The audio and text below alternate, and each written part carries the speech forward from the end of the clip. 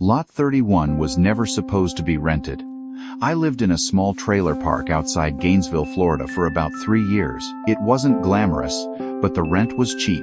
The neighbors kept to themselves, and most nights were quiet. We had maybe 40 trailers in a loop around a dirt road with patchy grass and dying street lamps. I was in Lot 12, a decent spot near the entrance. Everyone knew everyone's business eventually, but we mostly stayed out of each other's way. Except when it came to Lot 31. Lot 31 was cursed. That's how people talked about it. Nobody stayed there long. The trailer itself had been replaced twice, but no matter what, bad things happened. Fires, accidents, sudden illness. The last guy who lived there, Jimmy, disappeared one night. Just vanished. His truck was still in the drive. The lot sat empty for almost a year after that, but then this woman showed up out of nowhere. Drove in around dusk one evening with a trailer hitched to the back of a rusty van. She backed into Lot 31 like she'd done it 100 times before, stepped out, and just smiled. I watched her from my porch. She was maybe mid-30s, long black hair, pale as chalk, wearing a ratty sundress that didn't match the weather. It was January, but she didn't seem cold, just stood there, staring at the dirt like she was listening for something. The landlord didn't say much, but I heard through Jackie in Lot 17 that the woman paid 3 months' rent up front. Cash. No name, no phone. Just Ms. Lorne. That's all she wrote on the lease. First couple nights, it was quiet. Her trailer had no lights on after 9 p.m. No TV noise, no sign of life. But then, weird things started happening. Lights in other trailers flickering. Dogs barking at shadows. One morning, all 4 tires on my truck were slashed but not punctured. Sliced, clean, and precise. Then people started hearing things. Knocking on their walls around 3 a.m., but soft, like fingertips. The kind of sound that made you question if you imagined it. One guy claimed he heard someone whispering outside his window, but when he looked out, no one was there. Just Ms. Lorne's trailer across the lot. Completely dark. The scariest thing happened to me about 2 weeks after she moved in. I was walking back from the park's little laundromat just after midnight. I cut through behind Lot 31 because it was faster. As I passed the trailer, I heard something inside. It sounded like breathing, but it wasn't human. It was wet, deep, and it clicked between exhales like bones snapping in rhythm. I froze. Then I saw movement through the thin curtain, a silhouette crawling on the ceiling. Not walking. Crawling. I backed up slowly and tripped over a tree root. The noise inside stopped. Then the door opened. Not fast. Just a slow creak. Ms. Lorne stepped out, but it wasn't like she'd heard me. She just stood on the steps, barefoot, staring straight into the woods, still smiling. I didn't wait around. I got up and ran back to my trailer and locked the door. I stayed up all night, shotgun across my lap, eyes on her place, but nothing else happened. The next morning, the door to her trailer was wide open. No sign of her, no furniture, no lights. I went to the landlord's office, but he was already there, pale, shaking, muttering that he'd found something inside Lot 31. He wouldn't say what, but later that day, a sheriff's cruiser pulled in and an unmarked black SUV parked behind it. 2 men in suits went into the trailer with duffel bags and Geiger counters. I swear I heard one of them say, "Still active." By nightfall, the trailer was gone, towed off without a trace. The lot was taped off for 2 days. Then suddenly, the tape disappeared and everything went back to normal. Sort of. I didn't sleep well for weeks after that. I'd wake up hearing that same wet breathing. Always around 3 a.m. I'd sit up and stare out the window at the now empty Lot 31, trying to convince myself it was just in my head. One night, I saw footprints in the dirt leading from that empty lot right up to my steps. Bare feet, long toes. The prints stopped at my door, turned around, and walked back, but only half as deep, like something walked away lighter than it arrived. The next day, I asked Jackie if she'd seen anything strange. She said, yeah, her cat wouldn't go near the window facing Lot 31 anymore. It hissed and clawed at the glass every night. Then she said something that made my skin crawl. I think she left something behind, Jackie said. Or maybe something stayed after she left. She'd been waking up with nosebleeds, and once found a dead bird inside her dryer. No holes in the vent, it was just there. The landlord finally tried to rent Lot 31 again. Put up a sign, posted on Craigslist.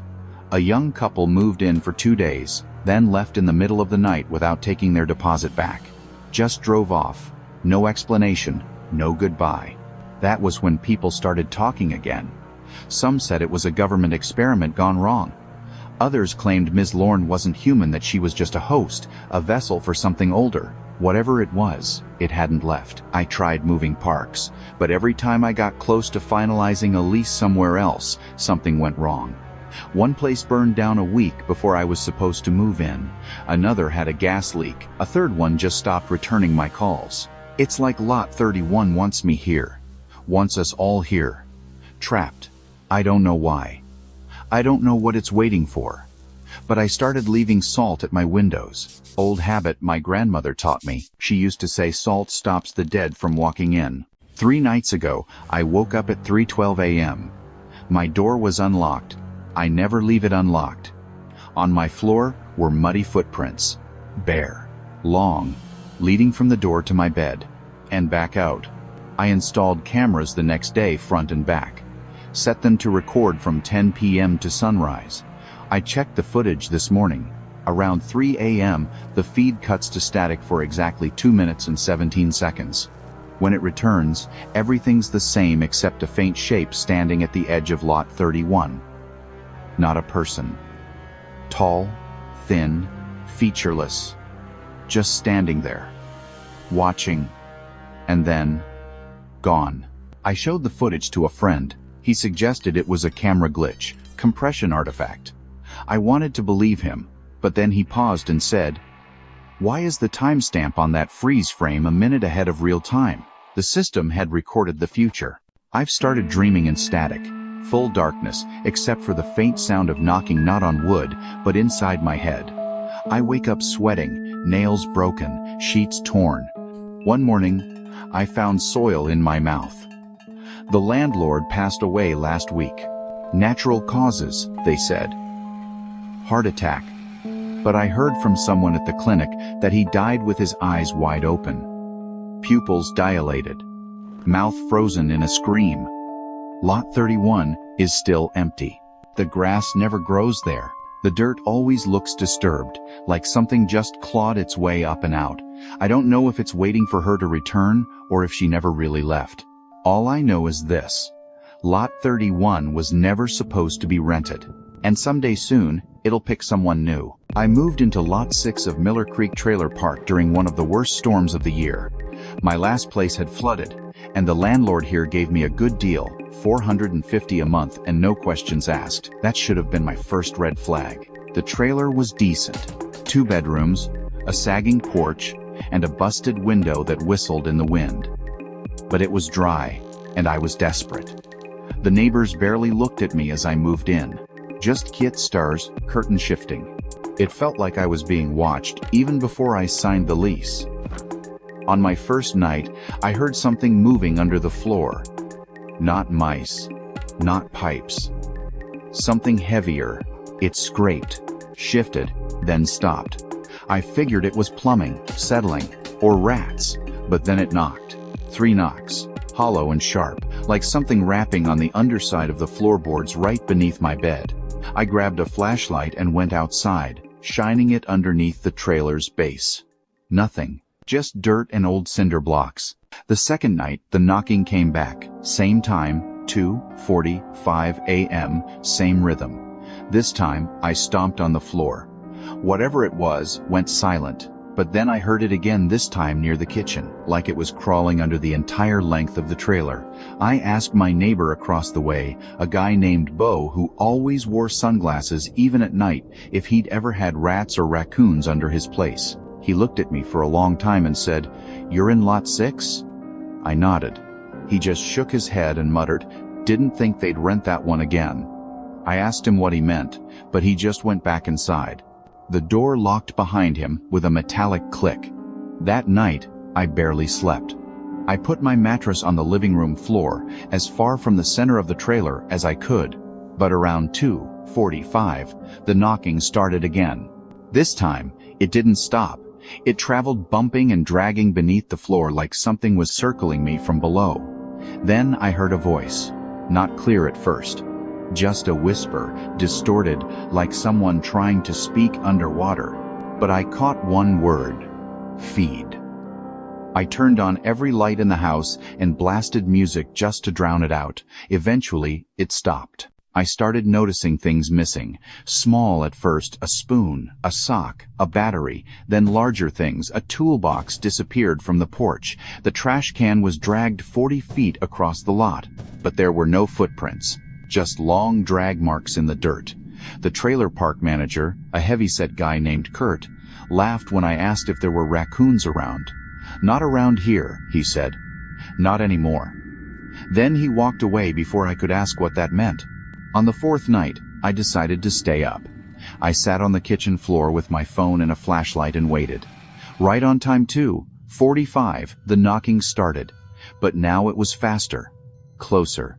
And then, right under me, I heard scratching, like long nails on metal. The scratching turned into banging.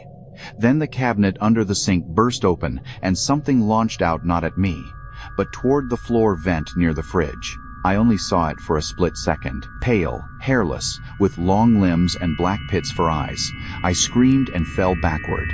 By the time I got to the vent, it was gone. But the metal grill was bent, not from the outside, from the inside. I left that night, slept in my car at a Walmart parking lot, and called the health department the next day. I told them I thought there were dangerous animals in the crawlspace. They promised to send someone out. No one ever came. Bo knocked on my door the next evening, said he saw my lights were off and wanted to check in. I told him what I saw. He didn't look surprised. "They say the land used to be a dumping ground," he said, "before the park was built. Chemicals, waste, some kind of lab." I laughed nervously, but he didn't. "That thing you saw?" he whispered. "You're lucky it didn't take more. Lot 6 has a history." Then he gave me something, a mason jar full of dark powder. "Salt and iron shavings," he said. "Line your windows and vents. It won't stop them, but it'll slow them down." I did exactly what he said. That night, the knocking didn't come, just silence, but that somehow felt worse, like it was waiting, like it was planning something. 2 nights later, the woman in Lot 8 went missing. No forced entry, no struggle. Just gone. Her back door was wide open, and her floor vent was twisted up like a soda can. Bo stopped answering his door. The manager's office was locked and dark. I was on my own. I started searching online, trying to find any history about the land, old maps, news clippings, and that's when I found it. In 1978, a research facility half a mile from the park was shut down for environmental violations. Rumors swirled about illegal gene experiments, toxic runoff, even underground testing. Nothing confirmed. But shortly after it closed, the trailer park was built. Cheap land, quick construction. There were whispers in old forums, posts from former residents claiming they saw things in the dirt at night, children who disappeared, pets vanishing. Lot 6 came up twice, both times followed by a missing person report. I decided I couldn't stay another night.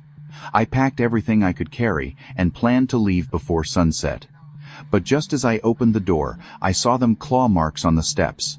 Not scratches, handprints, 5 long fingers burned into the wood. I turned around to grab my bag and froze. The floor vent near the hallway was wide open, and from the darkness below, I heard breathing, heavy, eager. I ran. Didn't even lock the door. I jumped into my car and floored it out of the park. Didn't look back. Didn't slow down until I hit the interstate. I drove straight to a friend's place 2 hours away and never returned. I tried reporting it. No one took me seriously. "Trailer paranoia," the officer said. "Old pipes, bad dreams. But I know what I saw. And I know what I heard." Bo's trailer burned down a week later. No cause determined. No body found. The fire department said the blaze started from underneath, from inside the crawlspace. The park is still open, still renting. Lot 6.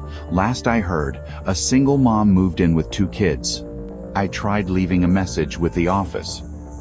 No response. I doubt she was warned. If you ever find yourself in a cheap trailer with strange noises under the floor, don't assume it's rats. Don't wait for proof, because sometimes the things beneath us were never meant to surface. And sometimes they're hungry. Lot 6 taught me that there are things in this world that live below, waiting for just the right crack in the floor to pull you under. And once you hear the knocking, it's already too late. Everyone in our trailer park knew not to go near Lot 42. It sat at the edge of the property, tucked beneath a line of trees where the light didn't quite reach. The trailer was gutted years ago after a fire, and no one ever replaced it. But sometimes, late at night, lights would flicker inside it. I was 17 when I decided to see it for myself. My older brother dared me, and like an idiot, I said yes. I waited until after midnight, grabbed a flashlight, and headed out. The trailer was a burnt-out shell, warped metal, and charred wood. But as I stepped closer, my flashlight dimmed. I thought it was the batteries until I looked up. The inside of the trailer was glowing. A faint, pulsing white-blue light, like someone had strung up 1,000 LED bulbs and dimmed them to a heartbeat rhythm. I crept closer and stepped through the broken doorway. The second I crossed the threshold, the light vanished. Everything went black. Then I heard footsteps. Soft, bare feet slapping the warped floorboards. First behind me, then to my left, then in front of me. I held my breath. Something whispered my name. I ran. Didn't even look behind me. My flashlight flickered back to life once I hit the dirt path. I didn't tell my brother what happened. He would have laughed. But from that night on, I started seeing that blue light from my bedroom window. Sometimes it stayed on for minutes. Sometimes it blinked in patterns. Once, it pulsed in a slow, steady rhythm. 3 long flashes, 2 short ones. Over and over. I wrote it down. A friend told me it was Morse code for "get out." I started asking questions. Old neighbors, mostly. Most didn't want to talk. One woman finally told me the truth. A man had died in that trailer. Alone. Locked in. He was sick and started hallucinating. Said he saw light people watching him. Said they promised him peace. But when he was found, he'd clawed his eyes out. Walls covered in blood. No lights. No cameras ever caught anything. The lot was condemned after that, but the park never tore it down. 2 nights ago, I woke up to blue light inside my trailer. Not outside. Inside. It flickered across the hallway, coming from the bathroom. I walked over slowly, opened the door. No lights, but in the mirror, I saw something behind me. A shape, human but stretched. Long arms, no eyes, just light pouring from its face. When I turned around, nothing was there. But the light stayed in the mirror. Now it follows me. The lights blink even when I'm at school. In the rearview mirror, reflections in my phone. Always flickering. Always watching. And I think it wants me to come back to Lot 42. Last night, I found a note on my bed. Just 3 words, written in shaky block letters. Let it in. No one had been in my room. No one knew what I saw. I don't sleep anymore. The lights never stop now, and when I close my eyes, I see that face again. White, glowing, smiling without a mouth, waiting. I think I made a mistake. I think it followed me out. If you ever see a light where it doesn't belong, don't go near it. Don't follow it. And for God's sake, don't let it in. There's a trailer at the edge of the park that no one remembers arriving. It wasn't there one day, and then it was. Shiny, silver, and spotless. No car, no moving crew, no sound. Just suddenly. There. I noticed it on my way to work. I walk past that section every day. The lot had been empty for years, overgrown with weeds and broken fence posts, but now the grass was trimmed. A little porch light was on, even though it was mid-afternoon. I asked Mr. Harlan, who manages the park, about it. He squinted at me like I was crazy. We didn't rent out that lot, he said. It's condemned, Power's been shut off there for a decade. I told him to come look, but when we got there, the trailer was gone. I know what I saw. I even remember the number. Lot 13B. But when I checked the park map, it stopped at Lot 13. No B. Nothing ever existed there officially, according to Harlan. But that night, when I came home from work, the trailer was back. I stared at it from the sidewalk. Every light inside was on. A silhouette moved past the front window, tall, slow, arms slightly too long. Then the porch light flicked off, like it was inviting me closer. I don't know what possessed me to walk up those steps. I just felt drawn in, like gravity had shifted toward the trailer. But when I reached the door, it creaked open on its own. Inside was pitch black, despite all the lights I'd seen seconds earlier. Something smelled off like copper and old wood soaked in rain.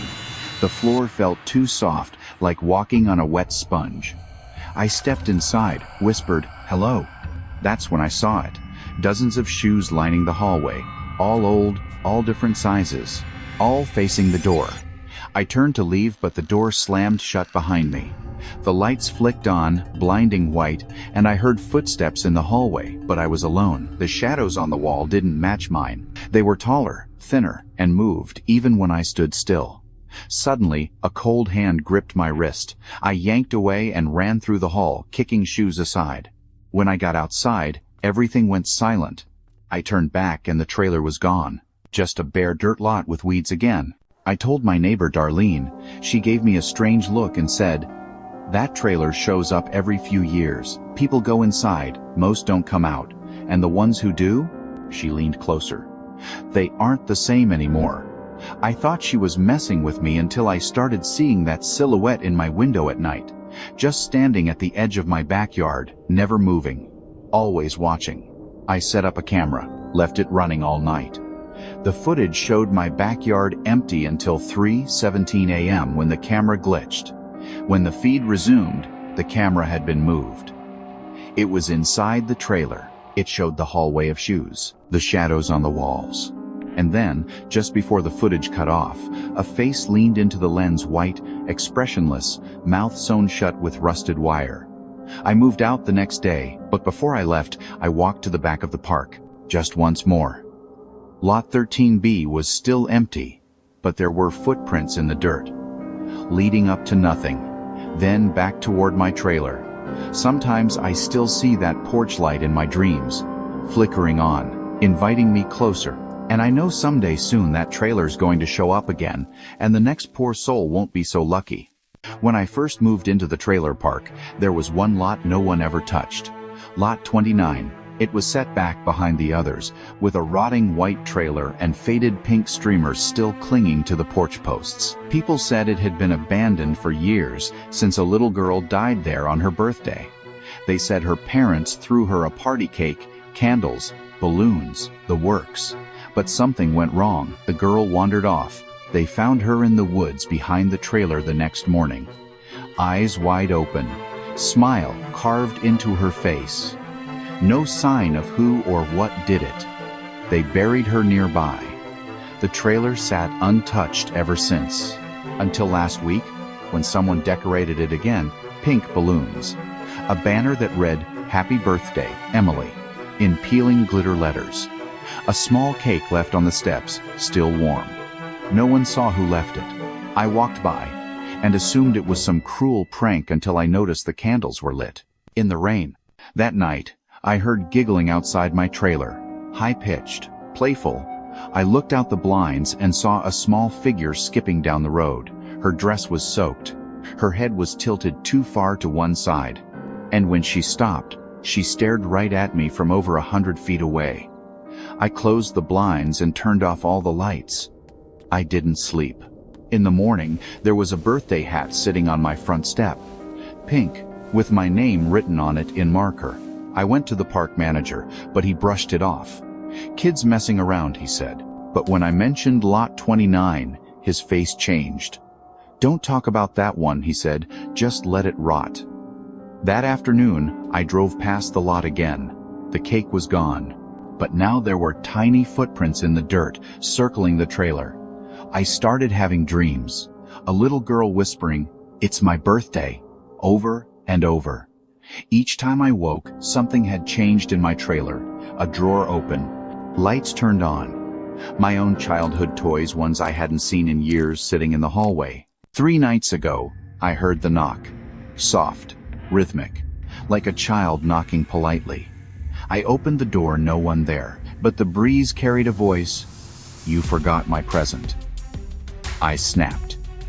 I stormed over to lot 29 with a flashlight. "What do you want?" I shouted. The trailer door slowly creaked open.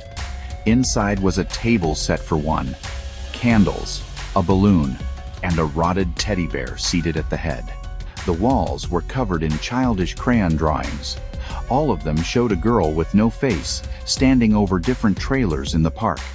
Mine was at the center of each drawing, always burning. I turned to leave, but the door slammed shut. Laughter erupted behind me. When I spun around, all the drawings had changed now. They showed me, smiling, eyes scratched out, holding the same teddy bear. The lights flickered. Something cold touched my back. A whisper in my ear, "Now it's your party." I kicked the door open and ran back home. Packed everything I owned and left that night. But I still get birthday cards in the mail. No return address, just a single message written in a child's scrawl. "You promised you'd come back. If you ever see pink balloons in the middle of nowhere, turn around. Don't go near, don't smile, and never ever forget her birthday."